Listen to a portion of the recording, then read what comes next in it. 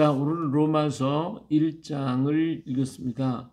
자, 로마서는 바울이 로마에게 보낸 편지죠. 예수님의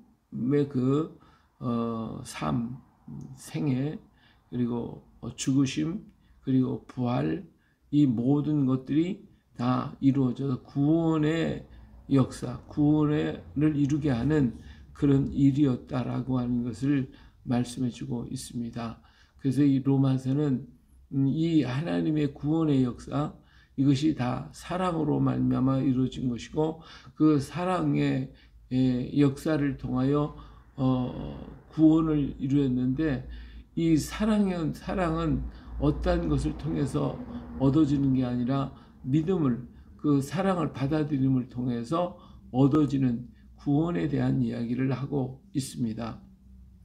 그래서 이 하나님의 절대적인 사랑을 내가 무슨 일을 했기 때문에 그걸 보답할 수 있는 게 절대로 아닙니다. 이건 하나님의 절대적인 사랑인데, 이 사랑은 그저 믿음으로 받아들이는 거예요.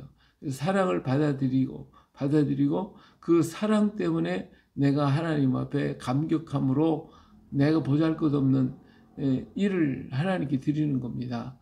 그 일을 했기 때문에 내가 구원받는 게 아니라 사랑에 대한 보답, 사랑에 대한 은혜에 대한 그 응답으로서 성도의 삶을 말해주고 있는 거죠.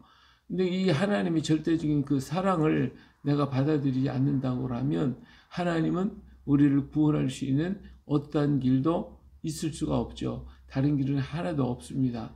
그래서 하나님의 절대적인 사랑, 이 사랑을 내가 받아들이고 그것을 그 사랑의 응답으로 하나님을 기쁘시게 해드리는 삶이 그리스도의 삶이고, 하나님의 사랑을 받아들이지 못한다고 하면 그는 구원의 자리에 설 수가 없음을 분명하게 얘기하고 있습니다. 그렇기 때문에 로마서는 믿음에 대한 얘기를 하고 있고, 야고보서는 행함에 대한 얘기를 했다고 그러죠. 그런데 이 믿음을 통한 사랑의 역사를 통해서 행동이 나오는 게, 삶이 나오는 것이거든요. 근데 세상에는 이 삶을 가지고 구원을 이루려고 하는 그런 사람들이 많이 있죠. 삶을 잘 이루면 내가 선한 일을 많이 했으니까 구원에 이를 것이다 라고 하는 것이죠. 이것은 절대적으로 인정이 될 수가 없는 거예요. 삶이 있는 것은 참 귀하고 그 사람의 삶이 참 아름답지만, 그러나 그리스도의 사랑을 받아들이지 못한다면 나의 죄의 문제가 해결이 될 수가 없기 때문에 그런 것입니다. 하나님의 절대적인 사랑은 바로 나의 죄의 문제의 해결이거든요. 이 하나님이 나의 죄에 대한 해결을 잊고 난 다음에 이 죄 가운데 갇혀있던 내가 구원받은 그 은혜를 통하여 하나님께 감사함으로 드려지는 것이 나의 삶인데, 삶을 통해서 구원을 얻으려고 하면 먼저 죄값을 지불해야 되는데, 죄값을 지불할 수 있는 선행은 아무것도 없기 때문에 그렇습니다. 인간이 아무리 잘하고 착하게 살고 아무리 선을 많이 행한다 할지라도 인간은 의인은 없나니 하나도 없다라고 하는 정의 속에 들어가 있습니다.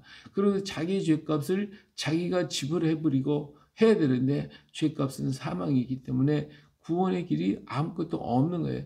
그래서 아무리 율법을 많이 가지고 율법을 행한다 할지라도 그는 구원의 길에 설 수가 없다는 거예요. 바로 사랑을 통한 하나님의 십자가의 그 은혜, 이것을 통한 내 죄의 값을 지불하고, 그리고 지불해 주신 그 하나님의 은혜가 감사함으로 하나님을 기쁘시게 하고 하나님의 뜻대로 살아가는 것이 성도의 삶이다. 이것은 믿음으로 말미암아 이루어지는 것이다 라고 하는 것을 분명하게 말씀하고 있습니다. 나의 삶이 아무리 훌륭하고 아무리 귀하고 아름답더라도 내 죄값을 지불할 수 있을 만큼 그러한 가치를 가질 수가 없다라고 하는 것이 여기서 분명하게 말씀해주고 있는 것입니다. 이 귀하고도 놀라운 진리가 바로 다메섹 도상에서 성령의 충만함을 받고, 다메섹 도상에서 하나님 예수 그리스도를, 부활하신 예수 그리스도를 만나고 난 다음에 그는 다메섹에서 아나니아를 통하여 기도를 받고 성령 받고 난 다음에 이 모든 게 깨달아져서, 그래서 그는 예수 그리스도만이 구원자다, 메시아다, 그리스도다라고 외치고 전했습니다. 그러다 보니까 유대인들에게 어마어마한 핍박을 받았고, 하나님을 믿어야 할 우리가 하나님이 아닌 예수 그리스도를 믿어야 구원받는다고 하니까 유대인들이 분노가 충천해가지고 저놈은 죽일 놈이다 해가지고 간 곳곳마다 묻어맞고 때리고 죽이려고 하고 했던 사건들이 일어나고 있었던 것을 그의 삶을 통해서 보게 됩니다. 그러나 그는 그것 때문에 굴하거나 약해지지 아니하고 더욱더 이 말씀을 가지고 증거했습니다. 바로 하나님의 사랑의, 절대적인 사랑의 표현이 십자가에서 나타났고, 그 십자가를 통한 구원의 열매가 나타났다는 것을 부활을 통하여 증거되었다라고 하는 것을 그는 끊임없이 증거를 했습니다. 그렇기 때문에 그의 설교는 늘 다메섹 도상에서 만난 예수 그리스도의 초점이 되어 있고, 바울 신학의 중심이 바로 이 다메섹 도상에서 만난 예수 그리스도가 되어지는 것이죠. 자, 바울은 사실은 자기가 사도가 아닙니다. 자기 자신이 사도로 부르심을 받았다라고 하는 그러한 자기 신념이었지, 누가 뭐 그를 갖다가 안수해서 너를 사도로 세우겠다, 12사도의 반열에서 그를 뽑았다, 그건 아닙니다. 그는 다메섹에서 나를 부르신 이유가 아나니아를 더 기도할 때에 이방인을 위해서 내가 선택되었다라고 하는 그 말씀을 의지해서 나는 사도로 부르심을 받은 자다라고 하는 것을 절대적으로 놓치지 않았고, 이것을 자기의 분명한 신앙의 목표로 삼았던 것을 볼 수가 있어요. 그렇기 때문에 우리가 예수 그리스도의 종 바울은 사도로 부르심을 받아, 분명히 사도로 부르심을 받았는데 이건 사람으로 말미암는 게 아니라 하나님 예수 그리스도로 말미암아 직접 나는 부름을 받은 사도다라고 하는 이 확고부동한 그러한 신앙을, 믿음을 볼 수가 있습니다. 자, 사도로 부르심을 받았어요. 왜? 하나님의 복음을 위하여, 하나님의 복음을 위해서 하나님 특별히 나를 택정함을 입었다, 나를 택하셨다라고 하는 이 분명한 신앙에 흔들림이 없는 그의 부르심, 이 소망, 이것이 바울의 절대적인 가치였던 것을 볼 수가 있습니다.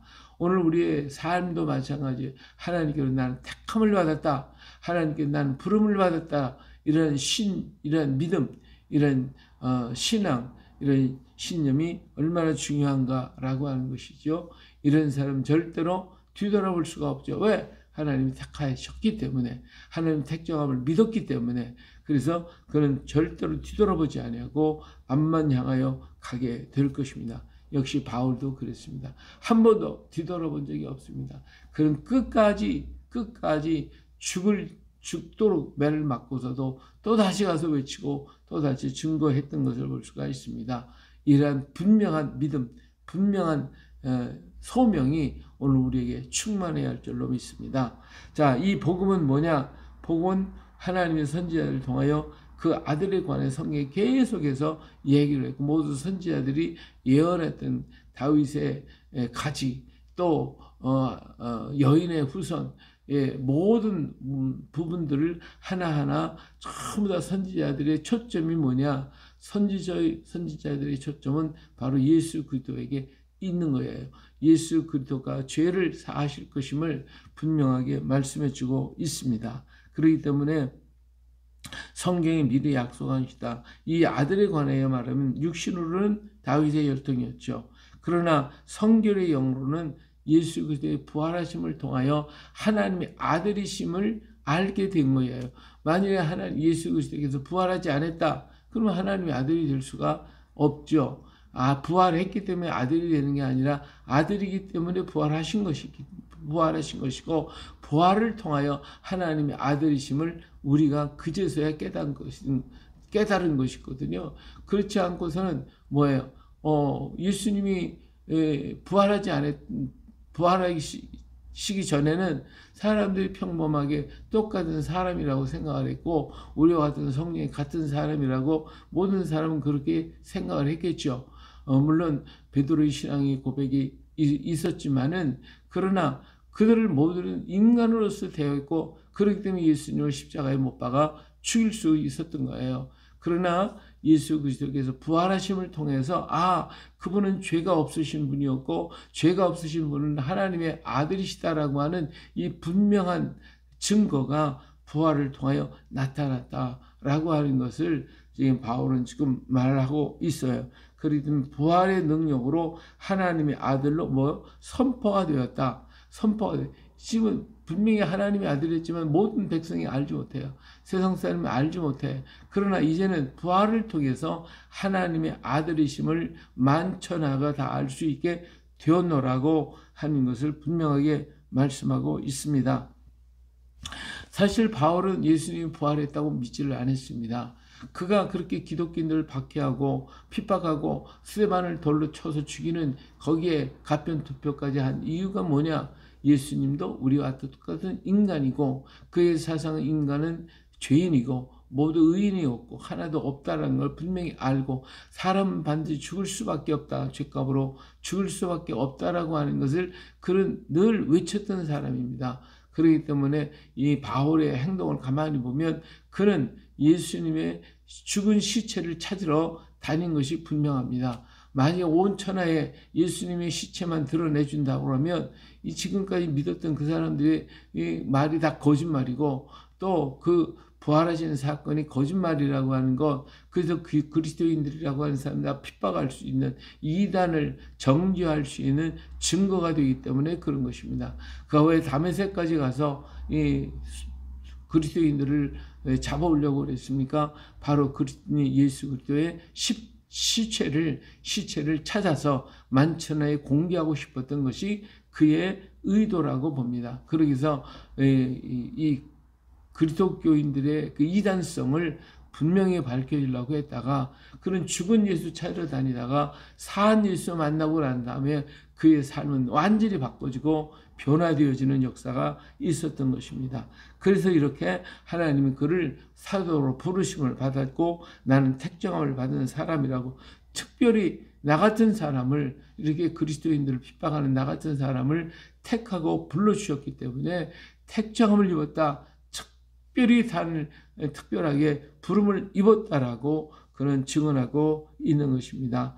그로 말미암아 우리가 은혜와 사도의 직분을 받았다. 이게 다 뭐예요? 은혜라는 거예요. 은혜. 하나님의 은혜로 나는 사도의 직분을 받았다라고 하는 것이죠. 그의 이름을 위하여 모든 이방인 중에서 믿어 순종하게 하라니 너희도 그들 중에서 예수 그리스도의 것으로 부르심을 받은 게 아니라 이것이 중요한 겁니다. 내가 그리스도의 것으로 부르심을 받았다라고 하는 것, 하나님이 나를 부르셨다는 것, 온 세상 모든 만물들을 우리 주님은 당신의 피값으로 이 모든 백성들을 구원하시고 사셨는데 이것을 바로 믿고 주께서 주의 것으로 부르심을 받았다라고 하는 이 믿음이 얼마나 중요합니까? 이것을 믿는 사람은 죄사함 받고 정말 주의 것으로 부르심을 입은 자가 되는데 주님이 십자가상에서 이루신 그 피값을 내가 인정하지 못하고 받아들이지 못한다면 이 구원이 절대로 이루심을 얻을 수가 없다라고 하는 것을 말씀해주고 있는 것입니다. 먼저 내가 예수 그리스도로 말미암아 너희 모든 사람에 관해 하나님께 감사하면 너희 믿음이 온 세상에 전파됨이로다. 이 로마에 있는 교인들이 박해와 핍박과 여러 가지 어려움 속에서도 믿음을 가지고 나왔다라고 하는 이것이 정말 많은 사람들에게 힘이 되었고 이것이 세상에 전파된 것이 얼마나 귀한 것이냐라고 하는 것이죠. 그래서 내가 항상 너희를 위해서 기도하고 있다. 어떻게 하든지 이제 하나님의 뜻 안에서 너에게 나갈 좋은 길 얻기를 구하노라. 이제 바울 사도는 로마에 있는 그들을 위해서를 만나기를 원했고 그에게 복음을 전하기를 원했고 나누기를 원했던 것이 바울의 마음이었어요. 그래서 바울은 로마에 가기를 위해서 로마 교인들을 위해서 계속 기도하고 있었기 때문에 하나님은 그를 여러 모양의 방법으로 죄수의 모양으로 그를 보호하고 지켜서 로마로 보내는 사도행전의 역사를 볼 수가 있습니다. 우리가 하나님께 기도하면 하나님은 우리를 이렇게 멋지게 우리를 인도해서 하나님의 뜻 안에서 모든 역사를 이루게 만들 것이니까 우리가 하나님 앞에 대한 큰 소망과 꿈을 가지고 주의 역사를 이루어야 할 것입니다. 이렇게 우리가 복음을 나누는 것은 뭐냐면 똑같이 그리스도 안에서 열매를 맺게 함이로다.